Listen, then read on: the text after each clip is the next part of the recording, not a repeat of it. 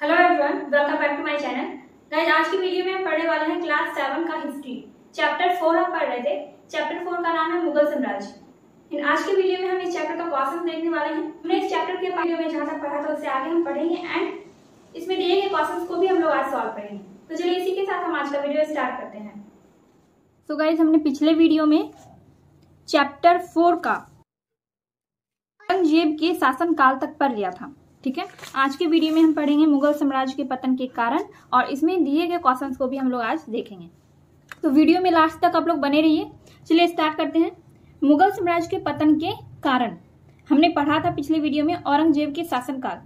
तो उसमें हमने पढ़ा था कि किस तरह से औरंगजेब ने अपने पिता को कैद में करके और अपने भाइयों को हराकर वह शासक बना। उसके बाद उसने बीजापुर गोलकुंडा पर अधिकार कर लिया और उसका मुगल साम्राज्य अफगानिस्तान से तमिलनाडु तक फैल गया था। ठीक है, तो ये सारा चीज हमने पिछले वीडियो में पढ़ लिया था। तो उसने कुछ ऐसा काम किया जिसके वजह से मुगल साम्राज्य पतन की ओर अग्रसर हो गया। ठीक है, यानी कि मुगल साम्राज्य का पतन होने लगा। चलिए देखते हैं। 18वीं शताब्दी में मुगल साम्राज्य छिन्न भिन्न होने लगा। पतन के कुछ कारक तो 17वीं सदी में ही प्रस्तुत हो चुके थे, मतलब पतन के कुछ कारण 17वीं सदी में दिखाई देने लगे थे, पर वास्तविक कमजोरी 18वीं शताब्दी में दिखाई पड़ी। औरंगजेब की मृत्यु 1707 ईस्वी में हुई। उसके उत्तराधिकारी का मतलब होता है उसके बाद जो उसके साम्राज्य को संभालने वाले लोग थे, जैसे कि उसने अपने पिता के बाद अपने साम्राज्य को संभाला, जैसे शाहजहां के बाद औरंगजेब ने साम्राज्य को संभाला, तो वैसे ही औरंगजेब के बेटे ने कि उसके उत्तराधिकारी ने उसके साम्राज्य को संभाला होगा। तो उसके उत्तराधिकारी उस विशाल साम्राज्य को संभाल पाने में सक्षम नहीं थे। ठीक है, औरंगजेब की मृत्यु 1707 ईस्वी में हो गई थी और उसके उत्तराधिकारी उसके विशाल साम्राज्य को संभाल पाने में सक्षम नहीं थे, मतलब वो एक योग्य शासक नहीं थे। तो इसके साथ अन्य समस्याएं भी थी। एक शासक के मरने के बाद उत्तराधिकारी के लिए संघर्ष सामान्यतः होता था। इसमें धन और सैन्य शक्ति नष्ट होती गई। प्रभावशाली पदाधिकारी इस स्थिति में किसी एक राजकुमार के साथ मिलकर अपना स्वार्थ साधना चाहते थे। वस्तुतः मुगलों के परवर्ती शासक महत्वपूर्ण पदाधिकारियों के हाथ के कठपुतली थे। इसने संपूर्ण प्रशासन को गुटों में विभक्त कर दिया था और शासकों के कमजोर होने पर महत्वपूर्ण प्रांतों के गवर्नर स्वतंत्र शासक के रूप में व्यवहार करने लगे थे। देखिए, औरंगजेब के जो उत्तराधिकारी थे वो योग्य शासक नहीं थे। ठीक है, तो उसके मरने के बाद क्या हुआ, उसकी धन सैन्य शक्ति सब नष्ट होती गई और जो पदाधिकारी थे वो राजकुमारों के साथ मिलकर अपना स्वार्थ साधने में वो लोग लगे हुए थे, मतलब अपना स्वार्थ निकालने में लगे थे। और मुगल साम्राज्य के जो पदाधिकारी लोग थे उन्होंने क्या किया था, संपूर्ण प्रशासन को, मतलब पूरे प्रशासन को गुटों में, छोटे छोटे गुटों में विभक्त कर दिया था, बांट दिया था। और मुगल साम्राज्य का जो शासक था वो तो कमजोर था, वो योग्य शासक नहीं था, अपने साम्राज्य को नहीं संभाल पा रहा था। तो शासकों के कमजोर होने पर महत्वपूर्ण प्रांतों के गवर्नर, जो प्रांत के छोटे छोटे प्रांतों के जो गवर्नर थे वो अपने आप को स्वतंत्र शासक मानने लगे थे, मतलब वो अपने आप को ही राजा मानने लगे थे, सम्राट मानने लगे थे। तो उसी तरह से वो लोग व्यवहार, सम्राट की तरह वो लोग व्यवहार करने लगे। सम्राट या सुल्तान या राजा सब एक ही होता है। ठीक है, तो पतन का एक मौलिक कारण आर्थिक कठिनाइयां थी। पतन का एक क्या कारण था, आर्थिक कठिनाई, यानी कि धन वगैरह की कमी। तो इस समय तक यानी कि 1707 के बाद ना तो पर्याप्त धन बचा था और ना ही जागीर जो अधिकारियों को दी जाती। जमींदार असंतुष्ट थे क्योंकि मनसबदार का उन पर कठोर नियंत्रण था। वे समझने लगे कि ये लोग आमदनी का बड़ा भाग स्वयं रख लेते हैं, अतः उनका मनसबदारों से संघर्ष हुआ। देखिए, जमींदार असंतुष्ट थे क्योंकि मनसबदार क्या करते थे, उन पर बहुत मतलब कठोर नियंत्रण रखते थे और वे क्या समझने लगे, जमींदार समझने लगे कि ये लोग आमदनी का बड़ा भाग स्वयं रख लेते हैं। तो इसलिए जमींदारों और मनसबदारों में संघर्ष होने लगा। लगान की दर ऊंची होने के कारण किसान अधिकाधिक गरीब होते गए, अतः उन्होंने जमींदारों के साथ विद्रोह किया। ठीक है, लगान का दर ऊंचा था। ठीक है, लगान मतलब बहुत ऊंचे दर पे लिया जाता था और इससे क्या हुआ, किसान और गरीब होते गए और उन्होंने जमींदारों के साथ उनके विरुद्ध विद्रोह कर दिया। चूंकि मुगलों का संघर्ष कई जगहों पर चल रहा था, अतः उन्हें धन की जरूरत थी जो प्राप्त नहीं हो पा रहा था। इससे आर्थिक संकट अधिक बढ़ गई।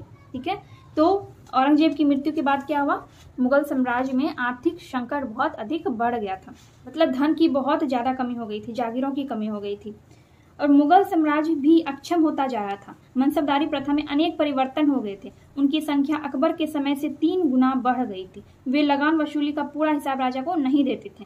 सैनिकों की संख्या भी उन्होंने घटा दी। ठीक है, क्योंकि उनके पास धन की कमी हो रही थी, इसलिए वो ज्यादा सैनिक नहीं रख पा रहे थे और वसूली का जो हिसाब था वो राजा को उसमें नहीं दिया जाता था। औरंगजेब की मृत्यु के बाद ठीक है। और इससे पहले क्या नियम था कि जो लगान वसूल होता था उसका पूरा हिसाब राजा को दिया जाता था और उसके पैसे भी राजा को दिए जाते थे। लेकिन औरंगजेब की मृत्यु के बाद ऐसा नहीं होने लगा, लगान वसूली का कोई भी हिसाब राजा को नहीं दिया जाता था। तो उसके बाद क्या हुआ, उन्होंने सैनिकों की संख्या भी घटा दी, उनका स्थानांतरण भी अब नहीं होने लगा, इसलिए वे स्थानीय सरदारों के समान व्यवहार करने लगे थे। ठीक है, जैसे कि स्थानांतरण का मतलब क्या हुआ, जिसको ट्रांसफर कहते हैं। तो सैनिकों का स्थानांतरण नहीं हो रहा था। तो जो भी पहले नियम था, शाहजहां, अकबर और औरंगजेब सब के समय जो भी नियम था, वो सब नियम धीरे धीरे बदलते जा रहा था कि मुगल साम्राज्य में आर्थिक संकट आ गया था, पैसे की बहुत ज्यादा कमी हो गई थी। तो इसलिए वो लोग कोई भी काम सही ढंग से नहीं कर पा रहे थे। और औरंगजेब की मृत्यु के बाद जो भी शासक बना वो भी अयोग्य था, वो भी कुछ नहीं कर पा रहा था। इसलिए मुगल साम्राज्य की ऐसी दशा हो गई थी। ठीक है, तो कौन स्थानीय सरदार की तरह व्यवहार करने लगे, सैनिक।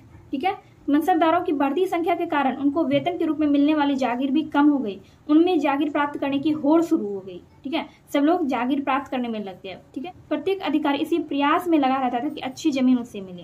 जागीर पर नियंत्रण भी अस्थायी होता था, क्योंकि प्रशासक एक दूसरे के विरुद्ध षड्यंत्र कर जागीर की अदला बदली करवा देते थे और इस प्रकार जागीर का यह संकट संपूर्ण मुगल प्रशासन को छिन्न भिन्न कर दिया। तो लोग क्या करने लगे, जो अधिकारी लोग होते थे वो चाहते थे कि सबसे अच्छी जमीन मुझे मिले। ठीक है, और जमीन पर उनका जो नियंत्रण था वो अस्थायी नियंत्रण होता था और सब लोग एक दूसरे के विरुद्ध क्या करते थे, षड्यंत्र रचते रहते थे। तो इन्हीं सब वजहों से मुगल प्रशासन क्या हो गया, छिन्न भिन्न हो गया, मतलब बिखर गया। उसके बाद है मुगलों का सैनिक क्षमता और शक्ति भी कमजोर हो गया था कि वो लोग सैनिक शक्ति की ओर भी ध्यान नहीं दे रहे थे। अब उच्च अधिकारियों की संख्या का अनुपात बहुत बढ़ गया था। सभी लोग अपने आप को, जो छोटे अधिकारी भी होते थे वो भी अपने आप को ऊंचा अधिकारी मानने लगे थे।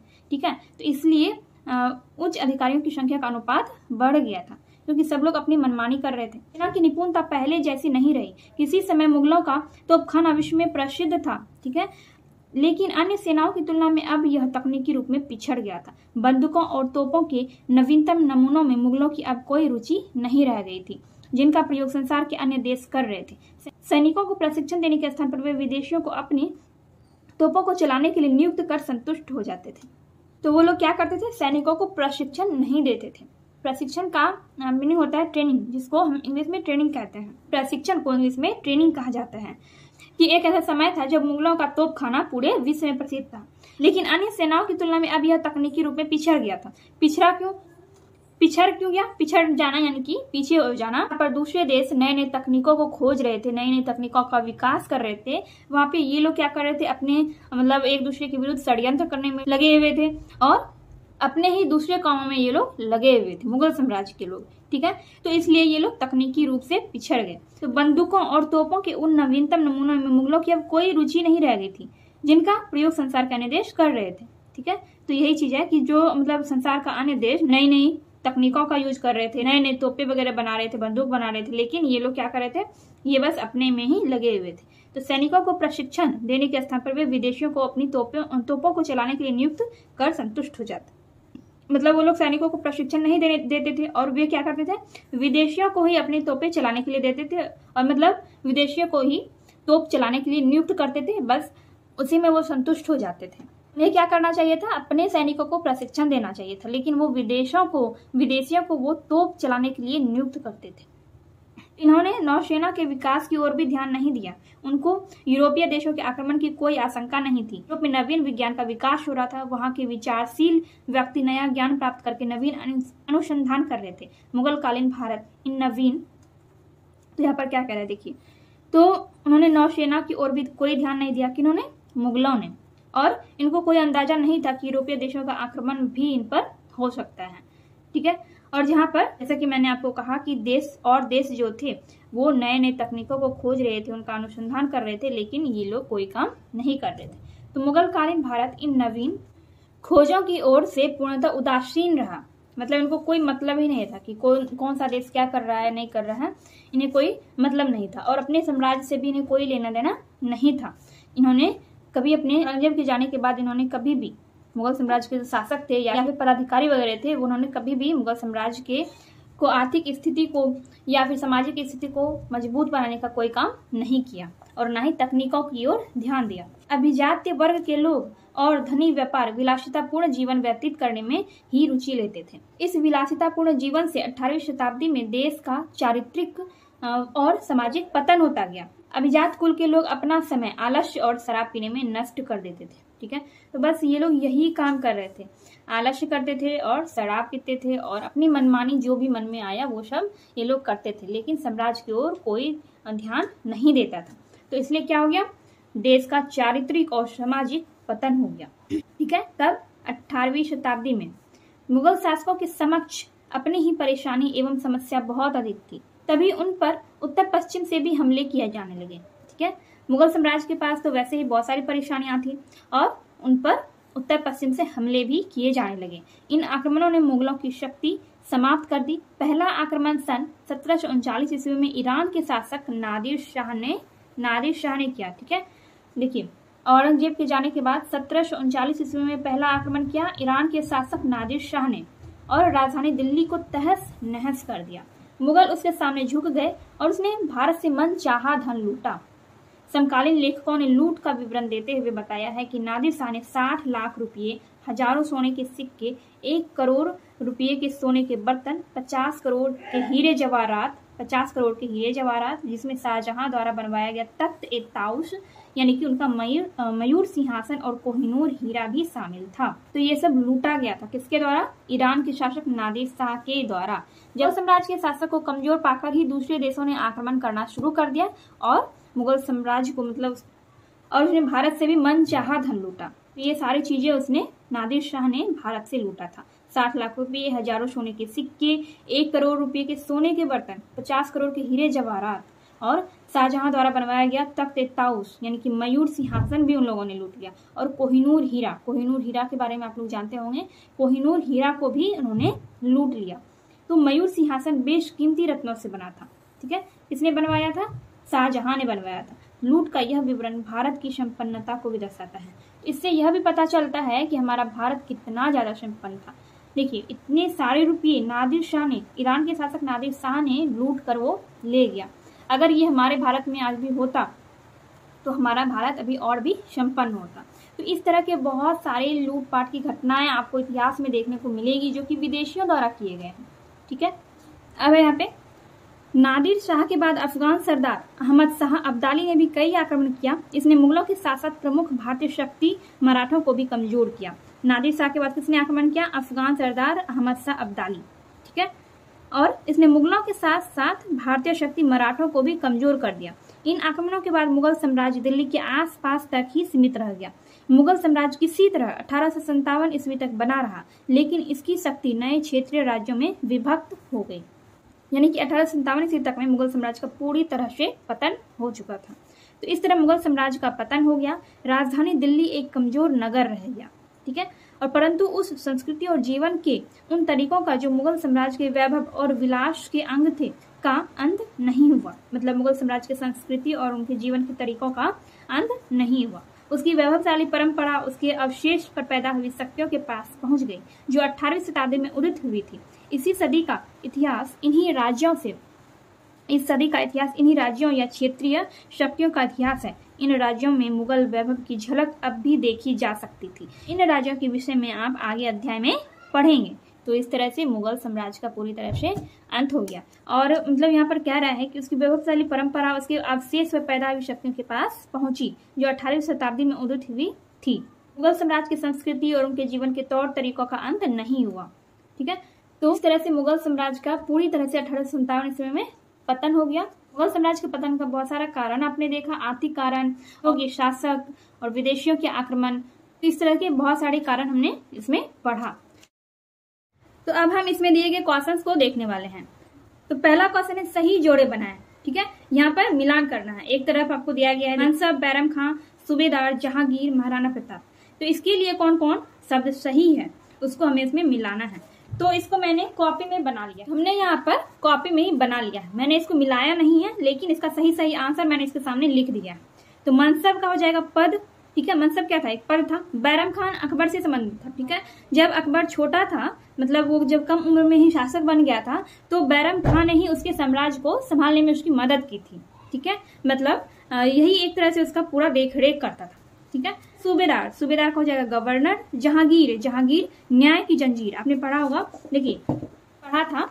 जहांगीर किसके लिए प्रसिद्ध था, यहाँ पर देखिए जहांगीर, जहांगीर न्याय की जंजीर के लिए जाना जाता था। तो जहांगीर का क्या हो जाएगा, जहांगीर का हो जाएगा न्याय की जंजीर, जहांगीर का न्याय की जंजीर। और फिर महाराणा प्रताप का हो जाएगा चित्तौड़, महाराणा प्रताप चित्तौड़ के शासक थे, ठीक है। अब हम देखने वाले हैं रिक्त स्थानों को भरे। ये दूसरा नंबर का जो दिया गया है क्वेश्चन, पानीपत की प्रथम लड़ाई बाबर और डैश के बीच डैश ईस्वी में हुई थी, ठीक है। वैसे हम यहाँ पर भी लिख सकते हैं, लेकिन मैंने यहाँ पर सबको कॉपी में लिख लिया है।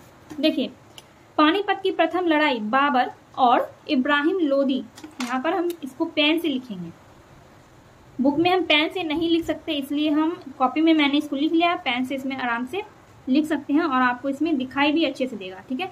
पेंसिल से लिखने पे क्या होता है कि अच्छे से दिखाई नहीं देता है, तो इसलिए मैंने पेन से लिखा। यहाँ पे हो जाएगा इब्राहिम लोदी, बाबर और इब्राहिम लोदी के बीच युद्ध हुआ था। कौन सा युद्ध, पानीपत का प्रथम युद्ध। और कब हुआ था, 1526 ईस्वी। तो पानीपत की प्रथम लड़ाई बाबर और इब्राहिम लोदी के बीच 1526 ईस्वी में हुई, ठीक है। दूसरा है, यदि जाट एक मनसबदार के पद और वेतन का घोतक था तो सवार उसके डैश को दिखाता था। तो यहाँ पर हो जाएगा सैन्य बल, क्या हो जाएगा, सैन्य बल। सवार किसको दिखाता था, सैन्य बल को। जब आप पढ़ेंगे उधर यहाँ पर पेज नंबर 68 और 69 जब आप पढ़ेंगे तो आप इसमें देखेंगे कि सवार सैन्य बल को दिखाता था। यहाँ पर लिखा हुआ है, देखिए इसी तरह सवार की भी संख्या निश्चित होती थी, जिसके अंतर्गत किसी मनसबदार को कितना पैदल सैनिक, कितने घोड़े और सवार तथा हाथी, कितना हाथी रखना है, यह तय किया जाता था। तो सवार किसको दिखाता था, सैन्य बल को दिखाता था, ठीक है। तो इसका आंसर क्या हो जाएगा, सैन्य बल हो जाएगा, ठीक है। तीसरा है, शेरशाह ने डैश बड़ी संख्या में निर्माण करवाया। तो इसका आंसर हो जाएगा सरायों का, सरायों का बड़ी संख्या में निर्माण करवाया। शेरशाह ने सरायों का बड़ी संख्या में निर्माण करवाया। 4 नंबर में है, अकबर का दरबारी इतिहासकार डैश था जिसने डैश नामक पुस्तक लिखी। तो अकबर का दरबारी इतिहास कौन था, तो अकबर का दरबारी इतिहासकार कौन था, अबुल फजल था, ठीक है। जिसने अकबरनामा पुस्तक लिखी। डैश मुगल साम्राज्य का वास्तविक संस्थापक था। तो यहाँ पर भी होगा अकबर मुगल साम्राज्य का वास्तविक संस्थापक था। अकबर को मुगल साम्राज्य का वास्तविक संस्थापक इसलिए कहा जाता है क्योंकि इसी ने मुगल साम्राज्य को सुदृढ़ बनाया और इसका साम्राज्य विस्तार किया, ठीक है। अगर आपको पूछा जाए कि मुगल साम्राज्य का संस्थापक कौन था तो आप क्या बोलेंगे, बाबर। अगर वास्तविक संस्थापक पूछा जाए कि मुगल साम्राज्य का वास्तविक संस्थापक कौन था तो तब आप अकबर का नाम लेंगे, ठीक है। तब आपका आंसर होगा अकबर। मुगल साम्राज्य का वास्तविक संस्थापक अकबर था। अगर आपको सिर्फ संस्थापक पूछा जाए मुगल साम्राज्य का तो आप बाबर लिखेंगे। तो यहाँ पर आपका क्वेश्चन नंबर 2 तक कंप्लीट हो गया है। Question number 1 and question number 2 हमने बना लिया। अब हम नेक्स्ट क्वेश्चन देखेंगे। यहाँ पर है, आइए विचार करें। तो इसमें आपको 3 और 3 6 क्वेश्चन दिए गए हैं। सभी क्वेश्चन को हम लोग एक एक करके अभी देखेंगे। पहला क्वेश्चन है, मनसबदार और जागीरदार में क्या संबंध था। तो इसका आंसर हो जाएगा, मुगल दरबार के उच्च अधिकारी तथा कर्मचारियों को जो प्रशासनिक कार्य देखने के लिए नियुक्त किए जाते थे मनसबदार कहलाते थे। ये आंसर आपको बुक में भी मिल जाएगा। और इनका काम साम्राज्य में बादशाह के कानून और आदेश लागू करना था, जबकि जागीरदार उच्च स्तर के मनसबदारों को ही कहा जाता था जिन्हें जागीरें प्रदान की जाती थी, ठीक है। तो ये हो गया आपका फर्स्ट नंबर का आंसर। दोस्तों मैं आंसर को आपको एक एक करके इसलिए नहीं समझा रही हूँ क्योंकि मैंने चैप्टर को अच्छे से समझा दिया है। आप लोग सारे वीडियोस देख लीजिए। इस चैप्टर से रिलेटेड आपको 3 वीडियो मिलेंगे। तीनों वीडियो का लिंक आपको इसी वीडियो के नीचे डिस्क्रिप्शन बॉक्स में मिल जाएगा, ठीक है। या फिर प्लेलिस्ट में जाकर आप सारे वीडियोस देख सकते हैं। एंड क्लास 7 हिस्ट्री का प्लेलिस्ट भी मैंने इस वीडियो के नीचे दे रखा है, तो आप वहां से भी इस चैप्टर के सारे वीडियोस देख सकते हैं। ये आपको मैंने क्वेश्चन नंबर 1 बताया। क्वेश्चन नंबर 2 में दिया गया है कि पानीपत के मैदान में होने वाली प्रथम लड़ाई का भारतीय इतिहास में क्या महत्व है। तो इसका आंसर हो जाएगा, पानीपत की प्रथम लड़ाई 1526 ईस्वी में पानीपत के मैदान में लोदी वंश के शासक इब्राहिम लोदी तथा बाबर के बीच हुई थी, ठीक है। तो पानीपत की प्रथम लड़ाई कहाँ हुई थी, पानीपत के मैदान में हुई थी। पानीपत जगह का नाम है। पानीपत की लड़ाई 1526 ईस्वी में इब्राहिम लोदी और बाबर के बीच हुई थी। इस लड़ाई में बाबर की जीत हुई तथा उसने लोदी वंश का अंत कर मुगल वंश की नींव रखी। इब्राहिम लोदी वंश का शासक था। तो जब इन दोनों के बीच युद्ध हुआ तो बाबर की जीत हुई, बाबर की इस युद्ध में जीत हुई, तो इसने लोदी वंश का अंत करके बाबर ने मुगल साम्राज्य की स्थापना की। ठीक है, दोनों के बीच युद्ध हुआ तो बाबर की जीत हुई, तो बाबर ने लोदी वंश का अंत करके मुगल साम्राज्य की स्थापना की। ठीक है, तो ये हो गया सेकेंड नंबर का क्वेश्चन। थर्ड नंबर में है मुगल प्रशासन की विशेषताओं को बताओ, उसमें मनसबदारों की क्या भूमिका थी। इसमें 2 क्वेश्चन है, इसलिए ये क्वेश्चन थोड़ा सा बड़ा है। तो पहले हम मुगल प्रशासन की विशेषताओं के बारे में पढ़ेंगे, फिर हम देखेंगे उसमें मनसबदारों की क्या भूमिका थी। तो इसका आंसर हो जाएगा मुगल प्रशासन की विशेषता थी कि साम्राज्य बहुत से प्रांतों में विभक्त यानी कि बटा हुआ था। प्रांतों के प्रमुख अधिकारी को सूबेदार कहा जाता था। सूबा सरकार में बटा हुआ था जो आज के जिलों से कई गुना बड़ा होता था। सरकार आज की तरह कई परगनों में विभक्त था। सरकार यानी कि जिला आज की तरह कई परगनों यानी कि परगन को क्या बोला जाता, प्रखंड। ठीक है, आज प्रखंड बोला जाता, उसको पहले परगनों बोला जाता था। ठीक है, जिसको आज जिला बोला जाता है उसको पहले सरकार बोला जाता था। तो इसी तरह से तो सरकार आज की तरह कई परगनों में विभक्त था। तो ये मुगल प्रशासन की विशेषता थी। और दूसरा क्वेश्चन क्या था, उसमें मनसबदारों की क्या भूमिका है। इसका आंसर होगा मुगल सम्राट द्वारा नियुक्त किए गए प्रशासनिक अधिकारियों को मनसबदार कहा जाता था, जिनका काम साम्राज्य में बादशाह की कानून और आदेश लागू करना था। ठीक है, तो मुगल साम्राज्य प्रशासन में यही करते थे, वो क्या करते थे, बादशाह के कानून और उनके आदेश को साम्राज्य में लागू करते थे। ये हो गया थर्ड नंबर का आंसर। फोर्थ नंबर में है मुगल साम्राज्य के पतन के क्या कारक रहे, यानी कि मुगल साम्राज्य का पतन क्यों हुआ। इसका आंसर हो जाएगा मुगल साम्राज्य के पतन के कई कारण थे, परंतु उनमें प्रमुख थे औरंगजेब की शासन व्यवस्था तथा उसकी 1707 ईस्वी में मृत्यु और उत्तराधिकारियों का अयोग्य होना, आर्थिक परेशानियां, मुगल साम्राज्य का बहुत बड़ा हो जाना यानी कि मुगल साम्राज्य का बहुत विशाल हो जाना और विदेशियों के आक्रमण। तो इसी तरह इन कारणों से मुगल साम्राज्य का पतन हो गया। तो यहाँ पर मैंने इन कारणों को लिखा है। ठीक है, तो इन्हीं सब कारणों से मुगल साम्राज्य का पतन हुआ था। ये हो गया आपका 4 नंबर का आंसर। 5 नंबर में है भू राजस्व से प्राप्त होने वाली आय मुगल साम्राज्य के स्थायित्व के लिए कहाँ तक जरूरी था। भू राजस्व से प्राप्त होने वाली आय मुगल साम्राज्य के स्थायित्व के लिए कहाँ तक जरूरी था। इसका आंसर होगा भू राजस्व से प्राप्त होने वाली आय मुगल साम्राज्य के स्थायित्व के लिए बहुत जरूरी था, क्योंकि आय के अन्य स्रोतों से आमदनी नाम मात्र की थी। मैं फिर से पढ़ती हूँ, भू राजस्व से प्राप्त होने वाली आय मुगल साम्राज्य के स्थायित्व के लिए बहुत जरूरी था, क्योंकि आय के अन्य स्रोतों से आमदनी नाम मात्र की थी। ठीक है, यानी कि मुगल साम्राज्य का अन्य स्रोत जो था उससे आमदनी बहुत कम होती थी। वाणिज्य कर भी नगण्य था, इसलिए मुगल साम्राज्य के लिए भू राजस्व आय जरूरी था। ठीक है, यानी कि भू राजस्व के अलावा आमदनी का जो भी स्रोत था उससे आमदनी बहुत ज्यादा कम होती थी, तो इसलिए मुगल साम्राज्य के लिए भू राजस्व आय बहुत जरूरी था। ये आपका 5 नंबर का आंसर। 6 नंबर का क्वेश्चन है मुगल अपने आप को तैमूर के वंशज क्यों कहते थे।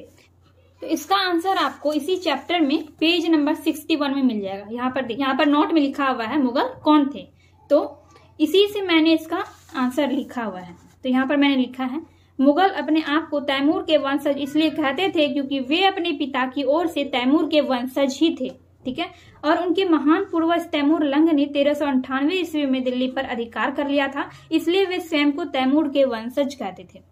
वो अपने माता की ओर से मंगोल शासक चंगेज खां के उत्तराधिकारी थे और पिता की ओर से तैमूर के वंशज थे, लेकिन वे अपने को तैमूर के वंशज ही कहा करते थे क्योंकि उसके महान पूर्वज तैमूर लंग ने 1398 ईस्वी में दिल्ली पर अधिकार किया था। ठीक है, यहाँ पर जब आप इसको पढ़ेंगे तो इसी से मैंने ये वाला आंसर 6 नंबर का आंसर लिखा है। तो आई होप आपको सारे क्वेश्चन अच्छे से समझ में आ गए होंगे। एंड इसी के साथ ये चैप्टर यहाँ पर कंप्लीट होता है।